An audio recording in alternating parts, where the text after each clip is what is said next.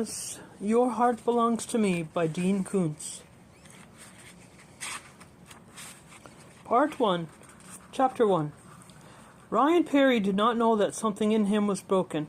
At 34, he appeared to be physically fit than he had been at 24. His home gym was well equipped. A personal trainer came to his house 3 times a week. At that Wednesday morning in September, in his bedroom, when he drew open the draperies and saw a blue sky as polished as a plate, and the blue sky was a celestial reflection, he wanted surf and sand more than he wanted breakfast. He went online, consulted a surfcast site, and called Samantha. She must have glanced at the caller ID readout, because she said, "Good morning, Winky." She occasionally called him Winky because on the afternoon that she met him, 13 months previously, he had been afflicted with a stubborn case of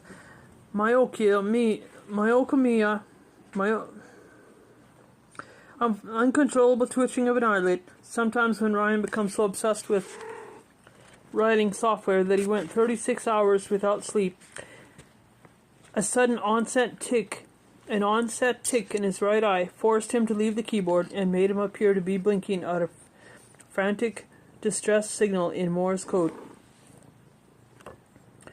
In that myochemic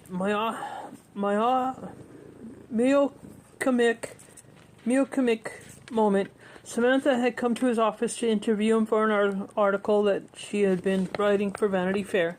For a moment, she had thought he was flirting with her and floating clumsily. During that first meeting, Ryan wanted to ask for a date when he perceived her in a seriousness of purpose that would cause her to reject him as long as she was writing about him. He called her only after he knew that she had delivered the article, when Vanity Fair appears. "What if I'd savaged you?" she asked. "You haven't. How do you know?" "I don't deserve to be savaged, and you're a fair person. You don't know me well enough to be sure of that." "From your interviewing style," he said, "I know you're smart, clear-thinking, free of political dogma, and without envy. And if I'm not safe with you, then I'm safe nowhere except alone in a room." He had not sought to flatter her. He merely spoke his mind. Having an ear for deception, Samantha recognized his sincerity of the qualities that draw a bright woman to a man. Truthfulness is equaled only by kindness, courage, and a sense of humor. She had accepted his invitation to dinner, and the months since then had been happiest of his life.